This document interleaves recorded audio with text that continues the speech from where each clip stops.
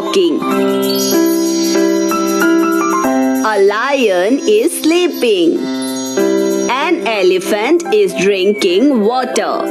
এটা an elephant কেন a elephant কেন নয় বাবা? যেহেতু এলিফ্যান্ট ওয়ার্ডটা ভাওয়েল দিয়ে শুরু হচ্ছে, এর পরিবর্তে আর্টিকেল অ্যান এর ব্যবহার হয়েছে। ও হ্যাঁ, যেই ওয়ার্ডগুলো কনসোনেন্ট দিয়ে শুরু হয় তাদের আগে আর্টিকেল এ বসে। একদম ঠিক। তুমি কি থার্ড আর্টিকেল জানো নীল? থার্ড আর্টিকেল কি হয় বাবা? আমি তোমাকে একটা গল্পের মাধ্যমে এই সম্বন্ধে বলবো। অনেক বছর আগে নাউন টাউনে অনেক নাউন্স থাকতো। সেখানে সিঙ্গুলার নাউন আর প্লুরাল নাউন্স ছিল। তুমি কি জানো সিঙ্গুলার নাউন আর প্লুরাল নাউন কাকে বলে নীল?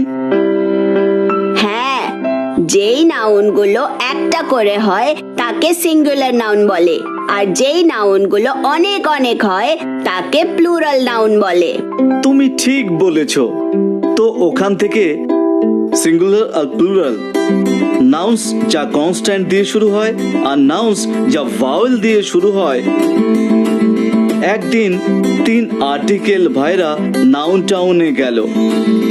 সব নাউনরা খুব খুশি হলো। আর্টিকেলে বন্ধুত্ব করলো শুধুমাত্র সিঙ্গুলার নাউনের সাথে যা কনসোনেন্ট দিয়ে শুরু হয়। আর্টিকেল অ্যান বন্ধুত্ব করলো শুধুমাত্র সিঙ্গুলার নাউনের সাথে যা ভাওয়েল দিয়ে শুরু হয়। শুধুমাত্র প্লুরাল নাউনরা বাকি ছিল। ওরা খুব কষ্ট পেল।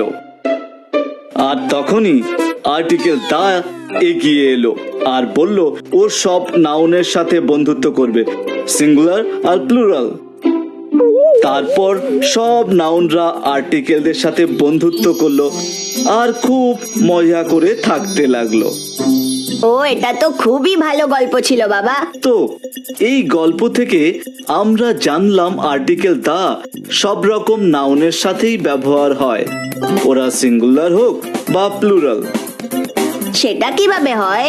যখন আমরা স্পেসিফিক নাউনের ব্যাপারে কথা বলবো তখন তার আগে আমরা আর্টিকেল দা ব্যবহার করব। আর যখন নন স্পেসিফিক নাউনের ব্যাপারে কথা বলবো তখন আর্টিকেল এ অর অ্যান ব্যবহার করব। আমি তোমাকে একটা উদাহরণ দিয়ে বুঝিয়ে বলছি।